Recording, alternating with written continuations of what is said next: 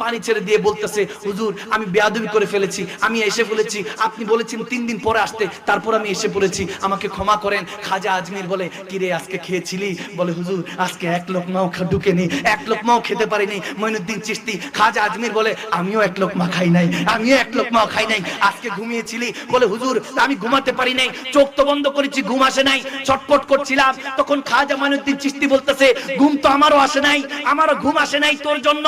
তখন বলতেছে, এখন বুঝতে পারছিস কেন এখন মুহাব্বতে প্রেম আসে? সে রব্বে করিম শায়খ তরিকা তেমন প্রেম শিখিয়েছে।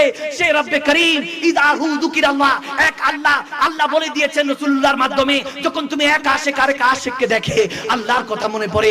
আমি ওই শায়খ তরিকাতের দিকে যখন তাকাতাম আমার মাওলার কথা মনে পড়তো, আমি চোখ দিয়ে পানি পড়ে, আমার ওই ইশকের কথা মনে পড়ে, আমার চোখ দিয়ে পানি পড়তো।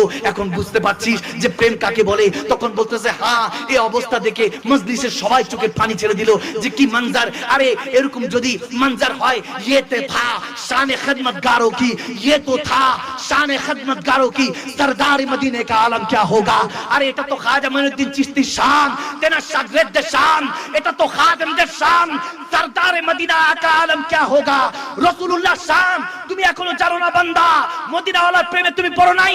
যদি রাসূলুল্লাহর প্রেমে পড়তা, মদিনাওয়ালাকে দেখার জন্য তুমি চোখের পানি ছেড়ে কাঁদতা, কখন তোমার নামাজ রোজা হজ যাকাত ইবাদত বান্দিগি কাজা হতো না, তুমি ইসলামের পথে থাকতা, আল্লাহর ওলিদের পথে মতে থাকতা, নবী তোমার হতো।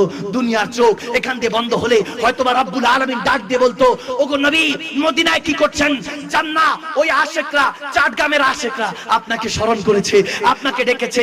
জান্নাত আজকে দুনিয়ার চোখ এখানে বন্ধ করবে, আমি কিসমতের চোখ রব্বে করিম খুলে দিব।